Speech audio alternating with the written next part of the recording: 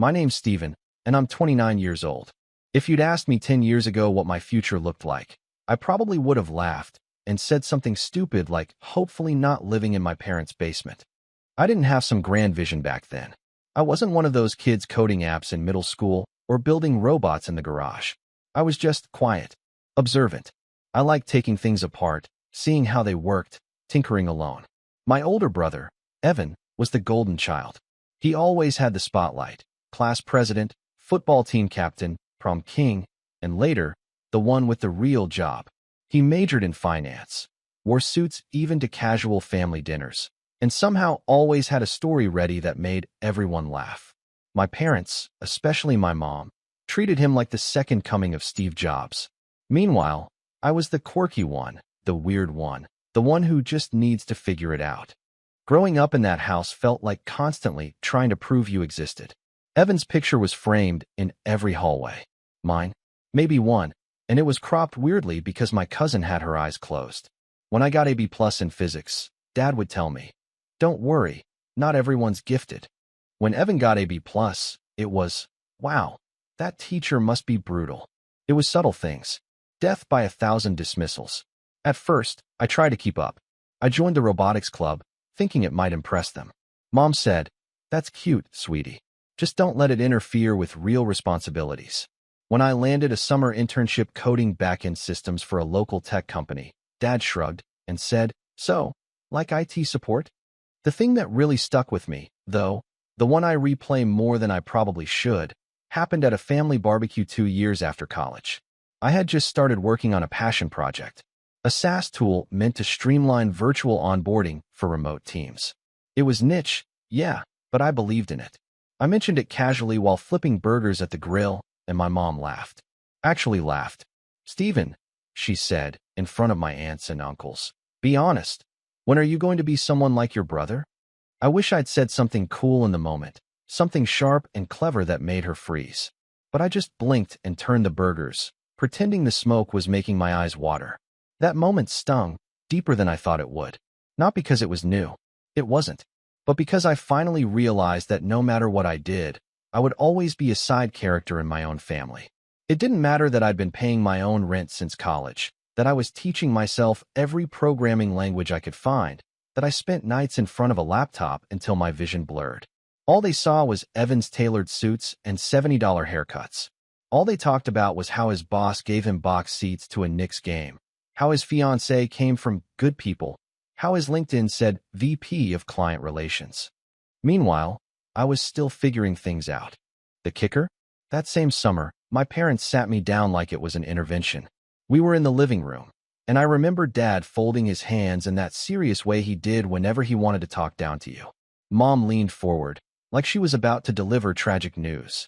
Evan sat smugly on the armrest with a beer in hand. "We've been talking," Dad said, "about your future." Mom chimed in, "You're not failing, Steven. We just think it's time you consider something stable." Stable. That word grated me. They meant a job with a salary cap and a ceiling low enough to keep me from dreaming.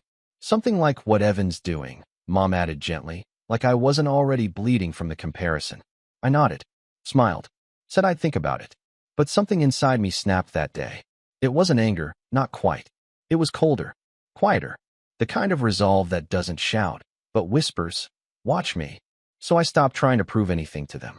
I didn't bring up work, didn't show them progress. I let them believe I was still muddling through freelance gigs and barely scraping by. But behind the scenes, things were happening. My software gained traction, first with a few clients, then dozens. Then companies were offering to license it.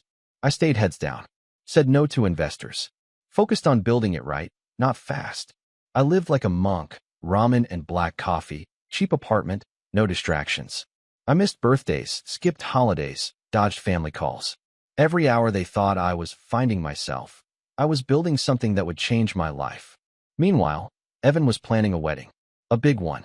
Black tie, 6-figure budget, country club venue. My parents were footing the bill, $60,000. I overheard Mom mention once like it was pocket change. "Well, we have to," she told my aunt. "Evan's our firstborn. He's done everything right." That line sat with me for days.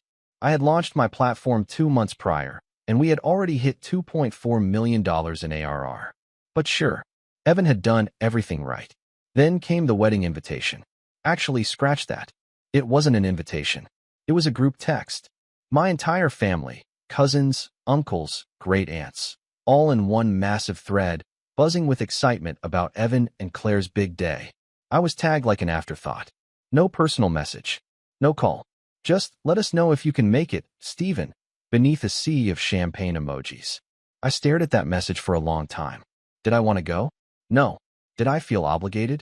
Maybe. But part of me needed to see it. Needed the confirmation that nothing had changed. That I still didn't belong. That they still saw me as a footnote to Evan's main story. And wow, did they deliver? I showed up in a basic black suit. No date. No fanfare. Sat at a table near the back. You know, the one next to the speakers and the emergency exit. I watched as my parents beamed during the father-son dance, Mom wiping tears, Dad gripping Evan's shoulder like he was passing down a crown. They toasted him like he was royalty. Said things like, "You've made us so proud," and "You've always been the light of our lives." I clinked glasses with a waiter who probably thought I was part of the catering team. But the real twist didn't come until the speeches.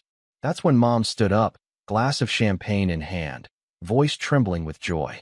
"Some parents are lucky if one of their children finds success," she said. But us? We hit the jackpot with Evan. From the moment he was born, we knew he was destined for something great. Then she glanced at me and smiled. "But Steven's here too," she said, as an afterthought. "He's finding his way, and that's okay." The room laughed politely. I didn't. That night, I left before dessert. I didn't say goodbye, didn't leave a gift. Just slipped out while the DJ played Sweet Caroline, and my relatives screamed, "So good, so good, so good." I got into my car, drove back to my place, and stared at my laptop screen. We had just crossed $10 million in ARR. And no one knew. Not yet. But they would. Soon. When I say I went off the radar after that wedding, I mean it. No calls. No texts. No Facebook likes.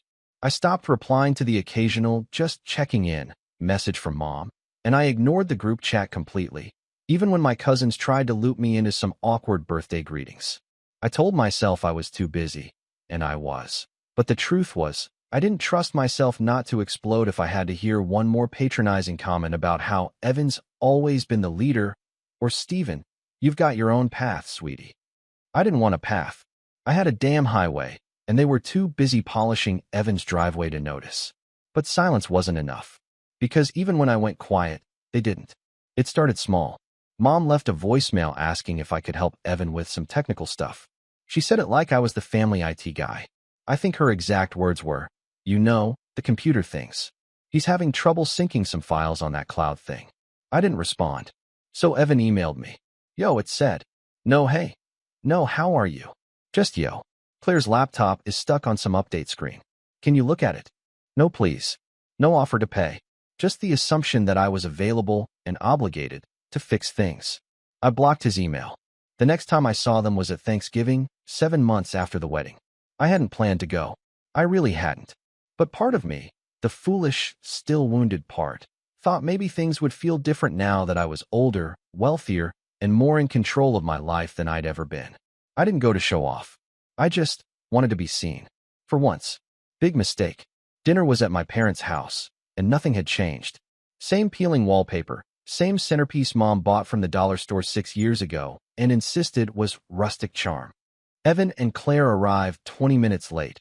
Fashionable, of course, and Mom greeted them like they'd flown in from Paris. Me? I got a nod. A literal nod. The food was fine. Turkey dry. Potatoes lumpy. But the tension? Immaculate. Every time I tried to speak, someone cut me off. Every time Evan opened his mouth, the room turned to listen like he was reciting ancient prophecy. He told some story about a golf game with his boss, and Mom actually clapped. Then Dad launched into this tale about how proud they were of Evan's new financial management initiative, which I'm pretty sure was just him making a new spreadsheet at work. I said, "That's great," and went back to eating. But the real blow came after dessert. We were sitting in the living room, half the family asleep in armchairs, football humming quietly from the TV. Claire was showing off photos of their honeymoon. Italy, of course, and Evan turned to me casually, like we were old friends. "So, what have you been up to, little bro?" I blinked. "Working." He raised an eyebrow. Still freelancing? Something like that, I said, keeping my tone flat. Mom cut in from across the room. He's doing little app things, I think. Aren't you, honey? I stared at her. I run a software company. She laughed. Oh, Stephen, you always make it sound so fancy. It's real, I said. We just hit our first major milestone. Dad looked up. Milestone? I shrugged. 91 million in valuation. The room went silent. Claire paused mid-scroll. Evan turned fully toward me now, the smugness wiped clean off his face. Wait, what? We had our Series B 2 weeks ago, I said. Raised a good chunk. We're expanding globally now. Mom blinked. Stephen, that's not possible. You never even studied business. I studied problems, I said. Then I solved one. That's how companies start. I wasn't even trying to be smug.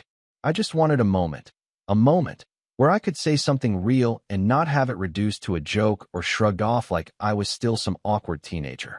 But that moment never came. Because instead of awe or pride, I got suspicion. Dad leaned forward. So you're saying you're a millionaire? I'm saying the company is doing well. Evan scoffed. And yet you drove here in a Toyota? It runs fine. You expect us to believe this? Mom asked, her voice sharp now. Stephen, this isn't funny. It's not a joke, I said. I built something. From scratch. I didn't tell anyone because of exactly this. You always had a habit of exaggerating, Dad muttered. And just like that, the conversation ended. They didn't ask questions. Didn't ask how I did it, what the product was, what it meant to me. They changed the subject. Someone made a joke about the turkey being dry, and the room laughed, and my $91 million truth was buried beneath gravy and deflection. I left early again. But the silence that followed was different this time. It wasn't peaceful. It was strategic. Because the next time I heard from Evan, he wasn't asking for tech help. He was asking for money. It was a text. No greeting. Just, yo, you got like 10K I can borrow? Claire and I are looking at a house. I didn't reply. He sent another the next day. You there? Just alone. Parents said you're doing well now. That made me freeze. They told him. I hadn't realized how fast the news would spread.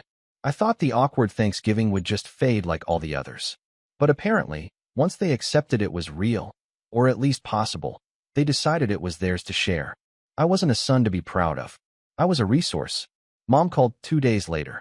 Stephen, sweetheart, she said in that tone that always meant she wanted something. Evan told us about the little chat at Thanksgiving.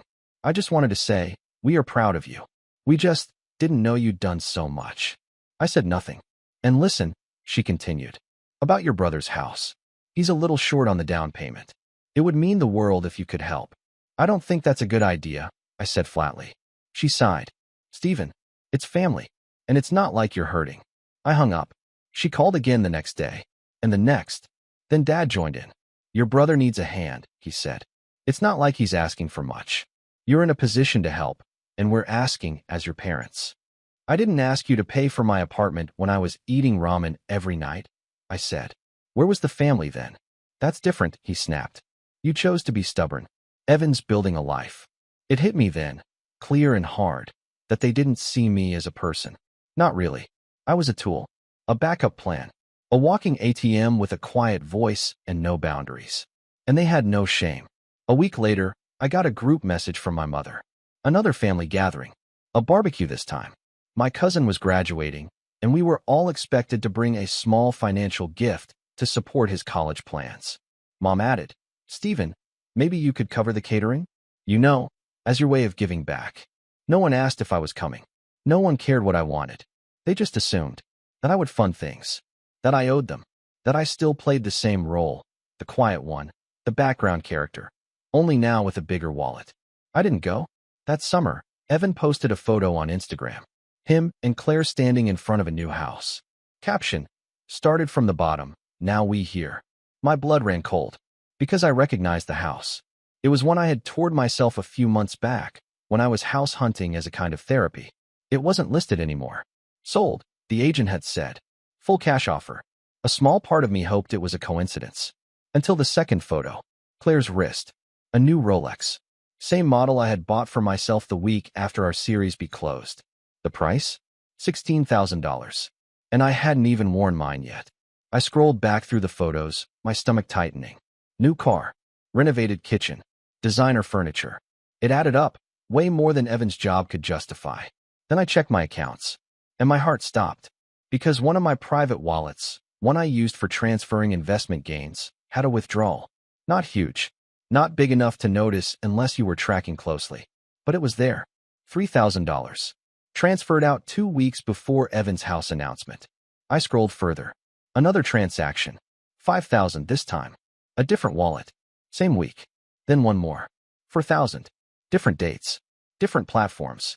And all of them, connected to the same secondary email.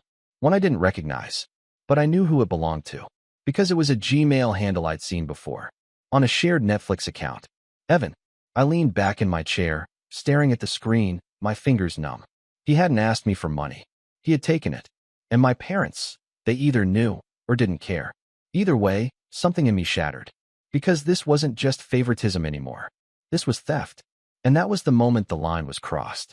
Not just between us as brothers, but between me and the family I thought I could one day win back. No more. That night, I opened a private doc and started typing. Not notes. Not plans. Blueprints. Because if they wanted a villain, I could be one. But I'd be the kind that smiled in silence and burned everything down while they toasted marshmallows over the ashes. When I tell people I've hit rock bottom before, they assume I'm talking about college, broke, ramen diet, living in a crappy apartment with paper-thin walls. But that wasn't it. That was just noise. The real bottom came after I realized my own brother had stolen from me, and my parents, either knowingly or blindly, had let it happen. That's the kind of pain that doesn't make a sound. It just settles in your bones and sits there, heavy. For a few days after I found those transactions, I couldn't work. I couldn't even open my laptop. I'd sit at my desk, the same desk where I'd spent years building something from scratch, and I'd stare at the screen like it had betrayed me too. I kept rereading the transfer logs, checking my security settings, trying to piece together exactly how Evan had gotten access. He didn't have the passwords, but he must have had something. A saved login from an old family device, maybe. Or maybe he'd watched me once, remembered an email, got curious, got lucky. However he did it, it wasn't just the money. It was the presumption that he could take from me and I wouldn't notice. That he deserved it more than I did. And worse, that no one would take my side if I confronted him. I tested that theory. I called my parents, voice flat and measured. I think Evan's been in my accounts, I said. I found several transfers. They're traceable. It links back to an old email he used. Silence. Then Dad. Are you sure you didn't just make those transfers and forget? I almost laughed. You think I misplaced $12,000? Mom jumped in. Maybe it was a business expense. You've said before you use lots of apps and tools. Maybe one billed you. I triple-check everything. And even if I didn't, it wouldn't link to Evan's email. More silence. Finally, Mom sighed. Stephen, honey, Evan wouldn't do that. He's not a thief. I was quiet for a long time. And if he did, what then? She didn't answer. She didn't have an answer. And that was the confirmation I needed. They didn't just fail to believe me. They refused to. Because if they admitted Evan had done something wrong, it would shatter the entire narrative they'd built. Golden child.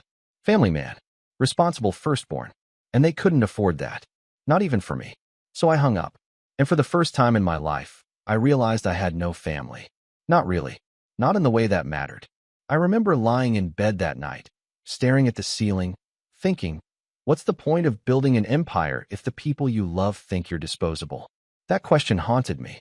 For weeks, I moved on autopilot. I took meetings, nodded at investor pitches, signed off on design changes. But I wasn't there. I stopped going to the gym, stopped cooking, let my place get messy. I even let my beard grow out, which might not sound like much, but if you knew how obsessively I shaved every morning before work, you'd understand what that meant. It wasn't depression exactly. It was emptiness. Because I hadn't built that company just to make money. I'd built it because I thought it would finally make me enough. Enough to earn their respect. Enough to be seen. But now that I had it, the numbers, the headlines, the growth, all it had done was make me a bigger target. A golden ATM with no withdrawal limit. At one point, I even thought about selling. Taking the money, disappearing, changing my name, buying some quiet cabin in Oregon and going full ghost mode. But then something weird happened. I went to a coffee shop. That's it. Just a normal day. I needed air, needed something to pull me out of the fog. I brought my laptop, Told myself I'd answer a few emails, maybe reorganize our internal dashboard. The shop was noisy. Some college kid was doing a Zoom call too loudly in the corner, and a toddler was melting down over a muffin. But somewhere in the chaos, I heard someone say my name. Not Steven, but my company name. Yeah, my team just on board with Oxen. That platform is wild. Saved us like 12 hours of setup time. Their UI is so smooth, it makes Google Docs look like Notepad. I turned. It was a guy in his late 20s, business casual, talking to what looked like a client. I didn't know him. He didn't know me. But he was talking about my product like it was the most normal thing in the world. I just sat there and listened. And for the first time in weeks, I felt something shift. I wasn't just a ghost behind a screen. I'd made something that mattered. Something real. Something useful. This guy didn't care that my parents thought I was the family screw-up. He didn't care that Evan had stolen from me. All he knew was that Oxen made his job easier. And that was enough. That moment didn't fix everything. But it cracked something open. So I leaned into the work. Not as a way to prove anything anymore. Just to build. To refine. To evolve. We just rolled out a new AI-based onboarding assistant. And the beta feedback was glowing. I dove into the next iteration, obsessing over every detail. I pulled long nights, not out of burnout, but out of flow. I reconnected with my co-founder, Mira, who I'd been unintentionally ghosting during my spiral. She didn't pry, didn't ask why I'd gone dark. She just sent me a GIF of Gandalf returning to Helm's Deep and said, "You good now?" I smiled. Getting there. We hired 3 new engineers.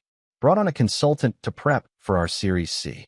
I started taking interviews again, podcasts, tech blogs, even a segment on a startup YouTube channel with over 1 million subscribers.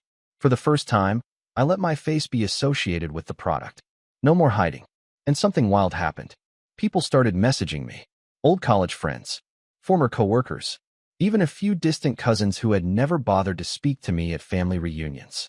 They weren't asking for money. They were saying things like, "Dude, I had no idea that was you," or, "I've been using Oxen for months. It's brilliant." I let those messages in. Let them replace the ones I'd been obsessing over. I started working out again. Nothing crazy, just light runs, home workouts. I got a haircut, cleaned my apartment, cooked a real meal. One night, I even invited Mira and a few team members over for dinner.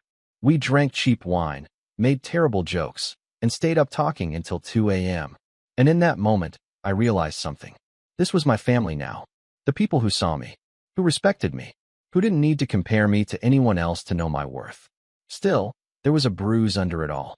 A quiet ache that never fully left. I hadn't forgotten what Evan did, or what my parents didn't do.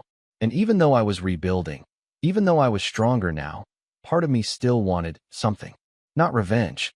Not exactly. Just truth. I wanted the truth out in the open. Not buried under holiday greetings and fake smiles. I wanted them to know that I knew. That I saw them clearly now. That their version of reality, where Evan was the hero and I was the broken one, was over. And that's when I started planning. Not a petty scheme. Not a dramatic takedown. Something quiet. Something undeniable. Something that would force them to sit with the truth for once. It started with a visit to a lawyer. I didn't tell anyone. Not Mira, not my team.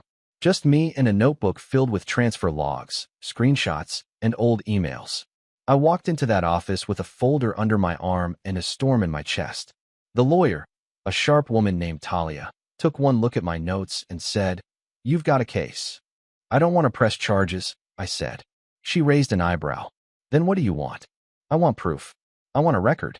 I want something they can't spin. Something they see every time they try to lie about it." She nodded slowly. "We can do that." It wasn't about money. I'd already recouped the stolen amount tenfold in stock value that month alone. This was about narrative. About removing the mask. Talia helped me draft a letter. Not a cease and desist. Not a demand for repayment. Just a formal acknowledgement. One that laid out the facts, named names, and stated that the matter was documented. That it wouldn't be pursued legally for now. We mailed it to Evan's address. Certified. Signature required. 3 days later, I got the delivery confirmation. And 10 minutes after that, my phone started ringing. Mom, Dad, Claire, then Evan. I didn't answer any of them. Instead, I poured myself a drink, sat by the window, and watched the city lights blink. They knew. Finally, they knew. And it was only the beginning. When I was younger, I used to fantasize about revenge in the dumbest ways. Getting a big promotion just to throw it in their faces. Showing up to Thanksgiving in a Lamborghini. You know, movie moments. Flashy. Loud. But after the letter, after the calls I ignored and the silence that followed, I didn't feel the urge to be loud anymore. I didn't want them to grovel. I wanted them to understand. To look around one day and realize everything had shifted, and they'd been too busy polishing Evan's shoes to notice the floor falling out beneath them. But to do that, I had to be methodical, strategic, precise, and I had to play the long game. The first step? Control the narrative. Not publicly, not through some dramatic social media post. No, I didn't need the world to know what happened, just them. And more importantly, I needed them to feel powerless to stop it, which meant I needed to get closer before I pulled away. I started with Evan. After weeks of ignoring his texts and calls, most of which, to be fair, had dropped off after the letter, I finally replied to one message. Let's talk. That's it. No emojis. No context. He answered in seconds. Dude. Yes. When and where? I suggested a bar downtown. Not too fancy, but upscale enough that he'd feel comfortable wearing his new Rolex, the one he bought with my money. I arrived 5 minutes early and got a booth in the back. He showed up late, of course, like he always did. Still had that confident walk, the same smug half-smile, but there was a tension in his shoulders I hadn't seen before. He was trying to look relaxed, but I could see the panic bleeding through his shirt collar. He slid into the booth, glanced around, and gave me a forced grin. Man, this is been a while, huh? I nodded. It has. Silence. He leaned in, lowered his voice. Look, about the letter. You got it. Yeah, I got it. He rubbed his hands together like he was washing guilt off them. I didn't mean to steal anything, bro, seriously. I thought it was an old account. I just needed a little cash and saw it still had money in it. I didn't think it'd matter. You didn't think stealing would matter? I didn't know it was stealing at the time. I swear. He looked away, swallowed. I was desperate. For what? A Rolex and a down payment. He flinched. Claire was pressuring me. We were trying to get a place before the market jumped again. And Mom said you were doing well. So I figured. He stopped. He figured that I'd be fine with it, that I wouldn't notice, that I wouldn't matter. I didn't come here for an apology, I said. He looked confused. Then, why are we here? To give you a choice. That got his attention. He straightened up. A choice? Yeah. You repay me. With interest. Quietly. No drama. No excuses. Over time. Or I escalate. His lips parted, but I raised a hand. And before you try to bluff, I have everything. Logs. Emails. IP addresses. Timestamps. And a lawyer who's very good at making noise. He stared at me for a long moment. I could see the gears turning. I knew Evan well enough to know he wasn't truly sorry, just cornered. Finally, he exhaled. Okay, fine. I'll do it.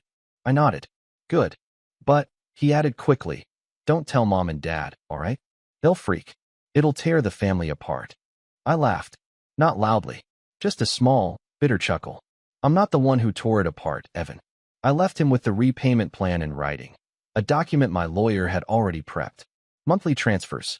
Reasonable amounts. Just enough to sting. He signed without reading it carefully. Typical. But that was just step one. Because now that I had him where I wanted him, cooperating, silent, and nervous, I could move to step two. Rewriting the legacy. For years, every family event had been about Evan. His career, his wedding, his life. I had been background noise. And if I wanted to change that dynamic, not just for revenge, but for closure, I needed to become undeniable in their world. On their turf. So I started small. I sent my parents a gift. It was a framed newspaper article from a local business journal. Nothing flashy, just a clean layout. A photo of me, face finally public, and the headline. The quiet tech founder changing how teams work globally. Below that, an editor's note. Oxen Software, founded by Stephen L., just hit a valuation of $91 million after closing its Series B funding round, positioning it as one of the fastest-growing startups in the onboarding automation space. I didn't include a note, just the article. A week later, my mom texted me. Got your gift. Didn't know you were in the news. That's impressive. Impressive. From her, that was a whole monologue. Then, a few days later, came the next surprise. A dinner invitation. Not a group thing. Just me, Mom and Dad. We'd love to catch up. Just the three of us. I accepted, and I planned everything. I showed up 15 minutes early, reserved the table, chose the restaurant. A quiet Italian place in the city, tasteful, expensive, but not flashy. The kind of place that says I belong here without screaming it. I wore a simple tailored suit. No watch, no jewelry, just confidence. When they arrived, they were clearly flustered. I don't think they'd expected me to look so composed. Mom hugged me awkwardly. Dad offered a handshake. We sat. They made small talk about weather, traffic, a cousin's baby. Then came the question. So, your company, Dad said, clearing his throat. Tell us more. We didn't realize it was doing so well. I smiled politely. It's been a good few years. A lot of hard work. I just wish you'd told us sooner, Mom added. We felt left out. I paused. I didn't think you were interested. She blinked. Of course we were. I tilted my head. Mom, last Thanksgiving you said I was finding my way. After I told you about the business. She looked down at her menu. I'm not trying to make you feel bad, I said. I'm just being honest. For a long time, it felt like you only saw what Evan did right. And what I did wrong. Dad shifted uncomfortably. That's not true. It is, I said, calmly. But I'm not here to argue. I just want you to know that I'm doing well. I'm happy. And I'm not the same kid who needed your approval. That landed hard. They didn't argue. They just sat with it. And for once, the silence wasn't dismissive. It was thoughtful. I didn't mention Evan. Didn't bring up the money. I wanted that to stay separate. This dinner wasn't about guilt. It was about establishing new boundaries. New rules. After that night, I started attending family events again. Not every one, but just enough to be visible. To remind them that I wasn't hiding anymore. And when people asked what I was doing these days, I told them, without shrinking, without apologizing. And slowly, I began to shift from Evan's brother to the one who built that software company. It helped that Oxen was everywhere now, startups, HR blogs, even a sponsored segment on a national podcast. My name was out there. My face. My story. And it wasn't long before my parents started bragging about me. The same people who once scoffed when I said I was coding now boasted to their neighbors that I led a global team. They didn't fully understand what I did, but they knew it mattered. Knew it was big. But that wasn't the end goal. That was just groundwork. Because now that the narrative had shifted, it was time for step 3, the reveal. Not to the world. To them. I waited for the perfect opportunity. And, as fate would have it, it arrived gift-wrapped. My cousin Danielle was getting married. Big event. Fancy venue. Full family guest list. The kind of thing where everyone showed up dressed like it was the Oscars, and everyone talked about everything except the couple. I knew Evan would be there. I knew Claire would too. And I knew they'd be smiling. But behind that smile, panic. Because he still hadn't finished paying me back. Not even close. And every month, when that transfer hit my account, he was reminded that I had him on a leash. But this time, I was ready to take it further. I was going to say something. Not publicly. Not with a microphone. Just carefully. Strategically. Enough to make everyone stop and think. Enough to finally pull the mask off. But what I didn't know, what no one knew, was that someone else was watching too. Someone who had their own score to settle. And they were about to hand me the perfect weapon. The wedding was held at a vineyard about 40 minutes outside the city. The kind of place with white linen tents, a candlelit aisle, and an open bar that didn't skimp on quality. Everything screamed tastefully expensive. And of course, Evan showed up in full peacock mode. Tailored navy tux, his hair styled to perfection. Claire on his arm, wearing a designer gown that probably cost more than most people's rent. He spotted me before I even stepped onto the gravel path leading to the ceremony space. "Stephen," he said, voice dripping with fake warmth. Arms open like we were long-lost siblings in a Hallmark movie. "Didn't think I'd see you here." I smiled and gave him a polite nod. Family event. Wouldn't miss it. Behind the mask, I saw the flicker of nervousness. He hadn't seen me since our little bar meeting. He'd missed 2 repayment installments in the past 3 months. No explanation. No warning. I didn't remind him. I didn't have to. He was already sweating. Inside the reception hall, things unfolded the way they always did. Long speeches, polite clapping, endless rounds of "Aren't you going to settle down soon?" directed at me by distant relatives who barely remembered my last name. I sipped my wine and kept my head low. I wasn't here for a social hour. I was here for the final act. What Evan didn't know What no one in my family knew was that I hadn't come alone. Across the room, at a table near the floral arch, sat a woman in her late 30s, calm, composed, and perfectly out of place among the chiffon and pearls. Her name was Lydia. She was a forensic accountant. A very good one. I'd hired her 6 weeks earlier. After Evan missed his second repayment, I decided to dig deeper, not just into him, but into the web he'd woven. If someone like Evan had no shame in stealing from me directly, what else had he been getting into? What else had he convinced others to look the other way on? The answer? Plenty. See, Evan had been managing the family trust, a modest fund left by my grandfather to cover things like education, emergencies, and long-term care for extended relatives. The money wasn't massive, but it was important. It helped my aunt during cancer treatment. It paid for my cousin's grad school. It was sacred. And Evan? He'd been draining it. Small transfers.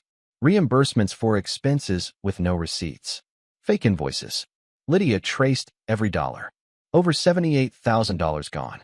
All routed to accounts linked to Evan's name or Claire's. And the best part? He had no idea anyone was looking. I waited until after the cake cutting, after the champagne toasts, after the dance floor had started to fill with relatives awkwardly swaying to 2000s pop songs. That was when I made my move. I approached Evan near the bar. He was laughing with one of our uncles, drink in hand. "Can I borrow you for a second?" I asked. He raised an eyebrow, but followed. I led him to the side patio, where string lights cast warm glows across the empty tables. Music thumped quietly behind us. "What's up?" he asked, already guarded. I handed him a manila folder. He frowned, opened it, and began to read. Page after page. Every transfer. Every account. Every timestamp. Lydia's cover letter summarizing her findings. His face went pale. "Stephen," he said, his voice small. This is ridiculous. This is taken out of context." I stepped closer, voice even. "You didn't just steal from me, Evan. You stole from the family. From Aunt Marlene. From Danielle's college fund. From Grandpa's legacy. I can explain." "No," I said sharply. "You won't. Because you won't have the chance." He looked at me, panicked. "What does that mean?"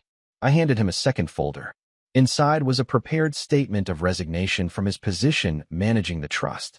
A formal letter admitting financial misconduct.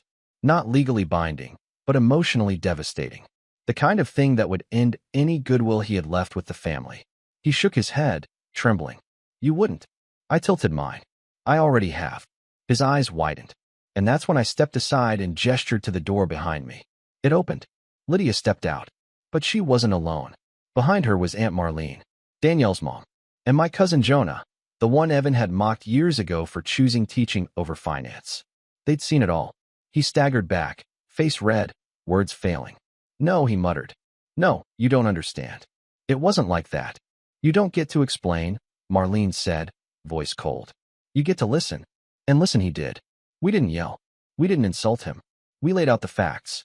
Calm. Surgical. Then Lydia handed him the final document. A restitution agreement. Every cent he took from the trust, he'd pay it back, or face legal action.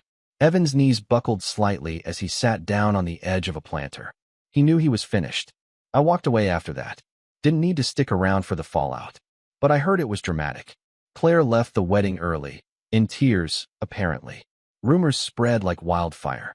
By the next morning, half the family knew. And by the end of the week, Evan had been removed from every family group chat, blocked on 3 social media platforms, and quietly disinvited from my parents' anniversary party. As for my parents, that came next. They called me. Several times. I ignored the first few. Then I answered. It was my mom. "Stephen," she said, her voice raw. "What happened at the wedding? Is it true?" "All of it." Silence. "Then, why didn't you tell us?" "You never listened," I said. "Why would I keep trying?" I heard her crying. I didn't enjoy it. I didn't hate her. But I didn't comfort her either. Because it wasn't my job anymore. "We want to fix this," she said. "No," I replied. "You need to fix yourselves. I'm doing just fine." And I was. Better than fine. In the months that followed, Evan kept his head down. The repayments resumed. This time, larger and on time. My parents began asking real questions about my work. Not performative ones, genuine curiosity. It wasn't perfect. It never would be. But I was done chasing their approval. I'd become something they never expected. not just successful, whole. And I didn't need their spotlight to shine. A year later, I made a quiet donation to a local school in my grandfather's name, the same one Evan had siphoned from. They used it to build a new computer lab. I never told anyone, not even the family, because some victories don't need applause. Some are better lived in peace. I stood in that lab during the ribbon-cutting ceremony, watching kids play with programs I'd helped fund, building things from scratch, dreaming bigger than I ever had at their age. And I smiled. They'd asked me once, "When are you going to be someone like your brother?" The answer? Never. Because I became so much more. And they finally knew it.